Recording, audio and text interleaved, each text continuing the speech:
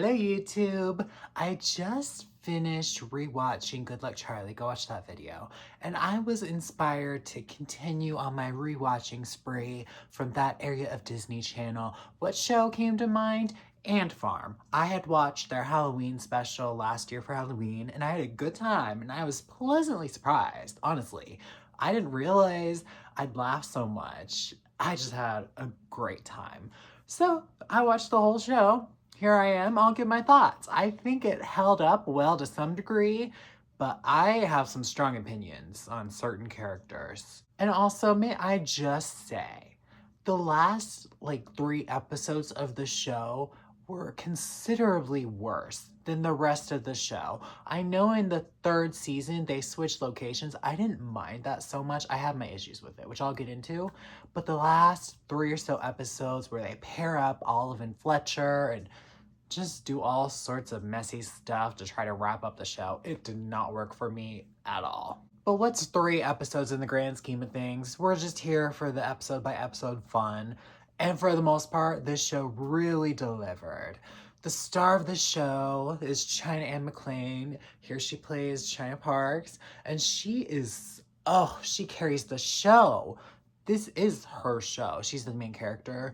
Usually the main characters have a pretty good ensemble. Not so much this time, so China had to do a lot of the heavy lifting and she really crushed it. She comes into the school filled with talented middle school age children in high school. So they're automatically put on the out. She comes in as the gifted musician. She's the character who rallies all the ants together and she gets them power in the school. So not only does the show revolve around her, the ants revolve around her, and the school pretty much revolves around her because she's that girl. As the anchor of the show, she might be one of the strongest leads to ever do it. She had the acting chops, she had the singing chops, she had the charisma, she had comedic timing, she really had it all. What a fun character it was. She was gifted in the music, so every few episodes or so, we get to see her sing, and it was always a good time. I mean, especially the Halloween episode, which I mentioned. I listen to that song every single year when it comes to Halloween. That is my Halloween song. And that's from this show. Like, wow. Another stellar one was when she sang Beautiful to Lexi. Oh, it was good and it was such a comeback. That was probably the biggest standout moment of the show. And this show, more than some others, like Good Luck Charlie didn't really do this so much, they had a lot of hour-long specials, which definitely had a lot going on in them. But to wrap up my thoughts on China, she was hands down the best part of the show. She carried every scene she was in. Her best friend upon entering the ant farm was Olive. Olive is our super smart character, the know-it-all. She's got a photographic memory, and that's the gist of the character. If you know nothing else about her, you know she's smart.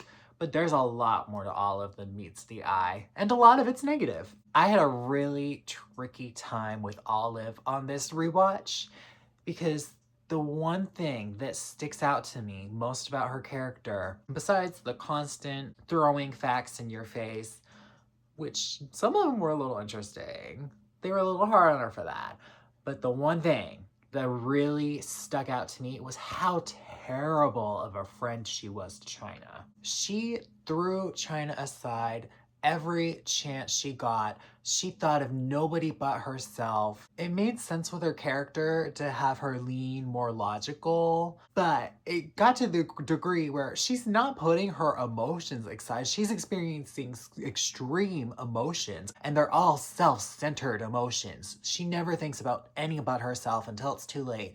And we see her learn this lesson over and over and over again, but she keeps repeating it. And even in this last stretch of episodes at the end of season 3, she's throwing China aside to go get with this man. Like, oh my gosh, get China a new friend. I'd rather China buddy up with Lexi, who at least kept it honest with her. Sometimes Olive's antics would be a little funny, but a lot of the time I was just looking at her like, oh my gosh, Olive, what is wrong with you? Seriously.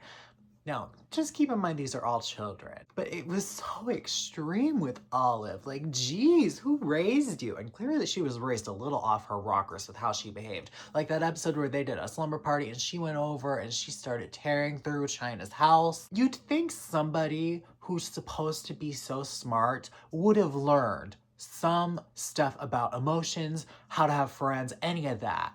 If not, let's get her some books, because it's ridiculous. Even though I just laid into her, I didn't fully hate her. I don't think Olive stands out quite as much as other iconic Disney Channel side characters, like say Chelsea from Not So Raven. She was just missing the spark of something special. Maybe it was chemistry with China, honestly. I don't think there was much chemistry there between the trio of China, Olive, and Fletcher. I don't think this actress was bad. I mean, we don't see her working much these days, but she served her purpose.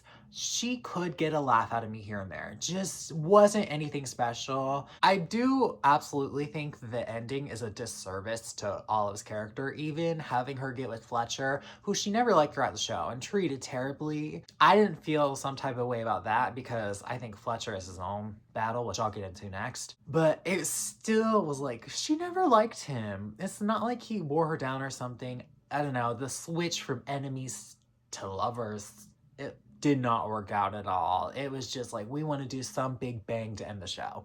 Don't care, no chemistry, bye. Next, I'll talk about Fletcher, and this is the character I didn't like back in the day. I don't like him now. He's the art student. He's supposed to be part of the trio of China, Olive, and Fletcher, but he's not really. He's often just off to the side, looking around, making goo goo eyes at China. It was very creepy. It brings the whole vibe of the show down a bit, honestly, because do something else with your life besides being obsessed with this girl who you're supposed to be friends with. I can't think of any memorable moments he had in the show that really made me laugh ever. And he was a part of every episode. It purely felt like he was here to fill time, and they never knew anything good to really do with him. Say what you will about Olive, but she had a very clearly defined personality, and she had a very clear purpose in the show. But overall, I don't think there's anything good to this character, really. I don't think he brought anything to the show, and I think he'll be lost with time, even more so than any other character in this show. And that's saying something, because this show is not really remembered fondly by many. It is for me though. I love this show. Don't get it twisted. I'll also go over Angus in this section. I don't remember oh, his talent was tech genius. You see, he's not that memorable to me. He randomly got promoted to main cast in the last season. And honestly, that was his least memorable season of all. He was often paired with Fletcher, and again, those two characters were mostly just here to fill time. I felt like season 3 of all the seasons pretty firmly declared that China, Olive, and Lexi were our main 3 characters of the show, not Fletcher, and certainly not Angus. So how is he main cast? I never liked this character. This character always made me very uncomfortable because most of his existence, at least at the start, was fat jokes. So tired, so stale. He was like a less exciting Gibby from iCarly. And I hate this entire trope. It is so humiliating for these child actors to have to play that role. There is so much more to people than their size. I do think Angus had a few moments here and there that were kind of funny. Not when he had a crush on Olive. Literally just recycled Fletcher. How stale. But here and there, he'd have a moment where he'd save the day, and maybe it's like, oh, haha, good for you. But I don't care. Not that exciting. I'll round out our A.N.T program-centered characters with their instructor Gibson, who was just a hot mess. They ditched him for season 3, and he was a little missed. He was just pure chaos. He had on his yellow and black striped shirt. He always made a scene whenever he popped up. Just a total wild card. He'd pull stuff out of his hair. He would just keep you guessing every time he was around. And I love a little dose of chaos. Like, he's not my favorite character, but he had some pretty funny moments in the show. Like, how are you in charge of all these geniuses when you are Gibson? That's really all I can say about him. You know who else was replaced in season 3? Susan Skidmore, our principal. She, of course, stayed at her school. And oh my gosh, she's so good. If you see Mindy Sterling in a role, you know she's gonna crush it. And she brought everything to this principal role. She's our naggy principal, completely terrorized the children. Just a delight in every scene. And I was very sad they switched schools because I knew we'd be losing her. She popped up for one episode. It was funny.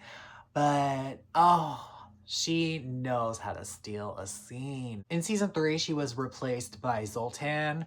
He created his own school for the gifted children. It was like, they just wanted to get everybody to a new set, and this was their excuse. He's like some tech genius that did have a few plot points that revolved around it.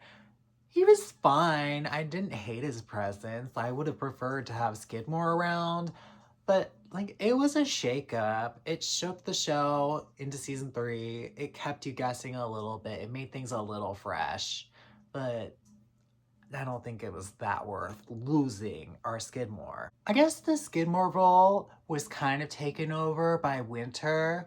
She was another fun addition in the 3rd season. She brought that antagonistic vibe of she really hated the children and she played it up well. I did like her addition. Like, I still love my Susan Skidmore, but I was never mad to have Winter around either. They did a whole gag with Winter about how it's the same actress who did Madame Goo, and Madame Goo, the Lady Gaga spoof, definitely a highlight of the show, and how she had a different outfit every episode. This show really thrived on comedy. So many good jokes in this show. They throw everything at the wall and see what sticks. One word I definitely use to describe the show is wacky. You know what character was really wacky? And it brought a lot of energy to the show. China's dad. He was a police officer at first. He quit his job in an episode and became a private detective. He was terrible at his job. Just completely awful, a bumbling idiot at every turn. But he had such confidence about him, it worked. But he didn't really know what to do with them. There was one episode where Cameron snuck out and the dad was none the wiser. He was sitting there watching a movie with a broomstick. But speaking of China's family, I guess I should talk about Cameron. He was a main character in the first 2 seasons. He was often paired off with the other high schoolers, and it was an adjustment for him to have his little sister in high school with him. Cameron was kind of our character who doesn't know how to do anything successfully. Everybody always dunked on Cameron, and it was so good. Especially his dad. And Lexi too. He was often paired off with Lexi. I think they made for a fun pair. Lexi kinda steamrolled him a little bit at times, but I liked how they bounced off each other. I guess now's the time for me to talk about Queen Bee, Lexi. She is our resident mean girl. She's the high schooler. She started out as our antagonist. I'm always quite fond of the mean girl. Lexi is no different. She's a bratty cheerleader, and she really played into it. Just how vain she is, so over the top and everything. At the start of the show, there was no rooting for her whatsoever. It was just enjoying her presence as purely an antagonist. But that started to shift a little bit. I'd say around that talent show where China sang Beautiful to her and was basically like, Lexi, there is more to you than just a pretty face. Act right, because you're acting foolish. And before that, she did like the whole donut song, which was so funny. China got her good with that. But after that moment, I think we saw her gain a bit more respect for China, but still keep up the enemies thing. I think it became a frenemies sort of situation. Lexi was often leading the B plot of most episodes, and she was great at it. Great role for Lexi, but there was something special whenever she and China got together and had a storyline together. I think they really played off of each other well. I'd say in a way they were the two strongest characters of the show. Now, all that to say, I don't think Lexi is like the greatest Mean Girl character ever. I've seen it done better. But for this show, I feel like she was perfect for this show. And she was able to bounce off most of the characters in the show pretty well. But there was one character she bounced off of the best, and that is Paisley. She is the dumb blonde cheerleader. She was associated with the mean girl Lexi, but she's totally pure of heart. Paisley might just be the standout character of this show. And alongside Ivy from Good Luck Charlie, I'd say these two are like the best side characters Disney Channel's ever seen. I've seen the dumb character done 1,000 times. I don't think I've seen it done better than Paisley.